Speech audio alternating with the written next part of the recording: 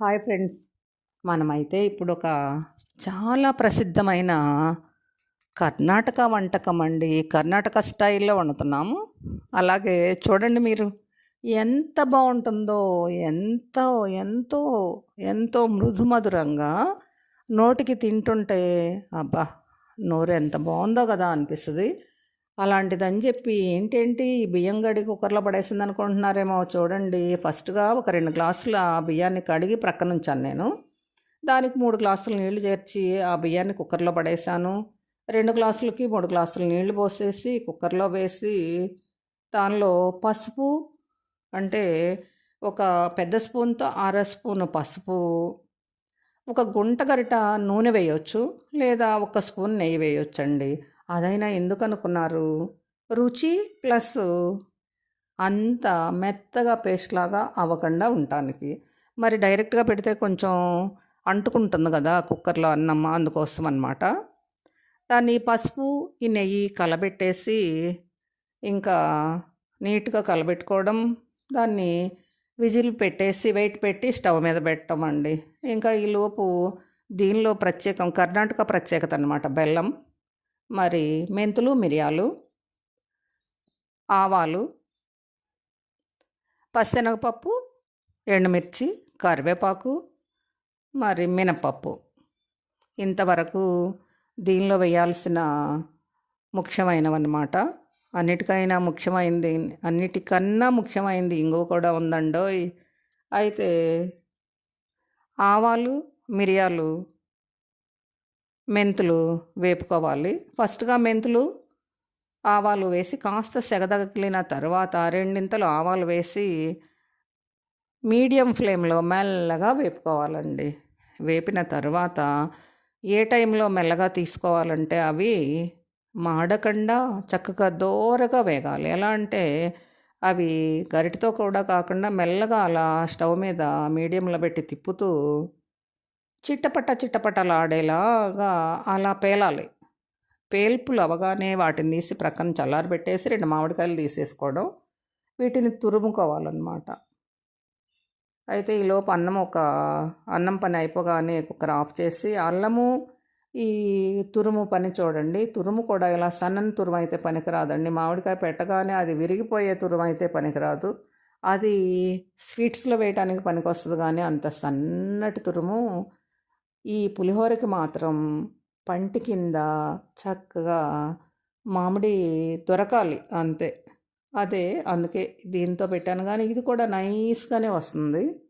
అయితే ఇంకొంచెం లావుపాటి కొబ్బరి తురుము దొరికితే దాంతో చేసేసుకోండి మీ అందరూ అయితే. అప్పుడే దానికున్న మంచి రుచి నోటికి అందుతుందన్నమాట. అయితే ఇవి తురిమి ప్రక్కన పెట్టేసిన తర్వాత దీనికి అల్లం కూడా రెడీ చేసుకోవాలి.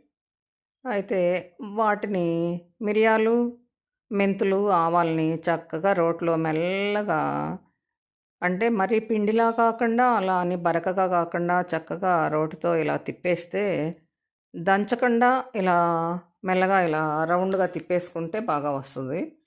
దాన్ని సిద్ధం చేసి ప్రక్కనుంచేసుకొని అల్లాన్ని కూడా ఈ ఇన్‌స్ట్రుమెంట్‌తో చక్కగా అలా పల్చగా చేసుకోవాలండి. నీట్‌గా అల్లాన్ని కూడా తురిమేసి తురమటం అంటే తరగటమే నా దృష్టిలో. మాట్లాడటం రానోళ్ళు కూడా ఇలా ఏదో ఒకటి చెప్తుంటారు కదండీ! కదా! అయితే మనమైతే ఇప్పుడు ఆ పులిహోర వండాం గదా! కుక్కర్ వెయిట్ తీసేయడం, ఒక బేషన్‌లో బోర్లించేయడం అండి. అది కూడా మెతుకు అంటుకోకుండా చక్కగా ఉండాలి. ఇప్పుడు ఇంకా తాలింపు వేస్తాం కదా! ఆ నూనె తెచ్చి దీనిలో పోసేస్తే అతుక్కోకుండా ఉంటుందిలేండి. కరివేపాకు అయితే నేను మర్చిపోయాను. మీరెవరన్నా అయితే అలా చేయకండి. ఆ పచ్చి కరివేపాకు వేస్తే అంతేం బాగుండదు. ఏదో చింతపండు పులిహోరలోకి అయితే పచ్చి కరివేపాకు వేస్తారు కానీ దీనిలో ఉప్పు కలిపి ప్రక్కన పెట్టేసేయండి. ఇంకా ఇప్పుడు చూడండి, ఇంకా తాలింపుకైతే శనగ నూనె వేసి బాగా, బాగా అంటే బాగా కాగాలి నూనె. బాగా కాగనిచ్చి దీనిలో ఫస్ట్ ఆవాలు వేసి చిట్టలాడనివ్వడం. తర్వాత దానికి ఆ వేడంతా తీసేసుకుంటుంది అల్లం ముక్కలు వేసేస్తే. బాగా మాడనీయకుండా ఉండే మిగిలిన పప్పుల్ని మాడనీయకుండా ఉండాలంటే అల్లం వేసేయాలి ఆవాలు వేసిన తర్వాత. ఆ తర్వాత పచ్చెనగపప్పు, మినప్పప్పు, ఎండుమిర్చి వేగిన తరువాత కొంచెం ఇంగువ వేసేయండి. ఇంగువ మీ ఆప్షను. మీకు ఎంత నచ్చితే అంత వేసేయండి. కొందరైతే మాకు ఇంగువ వాసన వద్దు అనుకునే వాళ్ళు తీసేయొచ్చు. కానీ దీనిలో అతి ప్రత్యేకమైన, అతి మధురమైన, ముఖ్యమైన ఘట్టం ఇంగువ ఘట్టమేనండి. ఇవన్నీ వేగిన తర్వాత వేరుశనగ పప్పులు వేయడం. ఆ వేరుశనగ పప్పులు కూడా బాగా వేగనిచ్చి చక్కగా ఎలా ఉండాలంటే మంచి వేపు రావాలి. మంచి వేపు వచ్చిన తర్వాత స్టవ్ ఆఫ్ చేసేయండి. ఆఫ్ చేసి ఆ పప్పులు, ఎండుమిర్చి, దానిలో ఉన్న తాలింపు దినుసులన్నీ ఈ పులిహోరలోకి లాగేయండి. లేదా మీరు ప్రత్యేకంగా మామిడి గుజ్జుని వేపుకుంటే వేరే గిన్నెలోకి వేపుకోండి. నేనైతే ఈ గిన్నెలోనే వేపేశాను.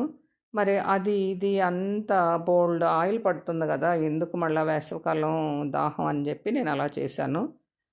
ఇంకా ఈ ఆయిల్‌లోనే ఈ గుజ్జంతా చక్కగా వేగనిచ్చి, వేగటం అంటే మాడేగక్కర్లా. చక్కగా ఉడకడం అన్నమాట. ఆ పచ్చిదనం ఏమన్నా ఉంటే పోయి చాలా రుచిగా నోటికి తగిలేందుకు వేపుతామన్నమాట. వేగిన తర్వాత మరి కరివేపాకు మర్చిపోయాం కదండీ! కరివేపాకు కూడా దానిలోనే పడేయడం. ఈ నూరిన మెంతులు, ఆవాలు, మిరియాలు పౌడర్ కూడా దీనిలోనే వేసి కలిగి తిప్పేసేయండి. తర్వాత ఆ మామిడికాయ గుజ్జంతా వేసి చక్కగా లైన్‌లో పెట్టేసుకోండి ఇంకా. మీకు చాలా బావుంటదనమాట. అసలు ఎంతంటే అంత.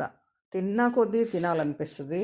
ఇంకోసారి చెయ్యమ్మా, ఇంకోసారి చెయ్యమ్మా, ఈ మధుర మీనాక్షమ్మ పులిహోర మళ్ళా చేసి పెట్టమ్మా అంటారు. అయితే బెల్లం వేయటం కర్ణాటక ప్రత్యేకత అంటండి. బెల్లం పొడి కూడా కొంచెం వేస్తాం కదా! అయితే మధుర మీనాక్షి అమ్మవారి గుడిలో అయితే ఈ ప్రసాదం పెడతారట.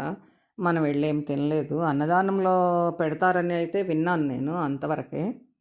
కానీ అద్భుతః అనాల్సిన పదం ఇక్కడ ఉందండి. అంత బావుంటుంది.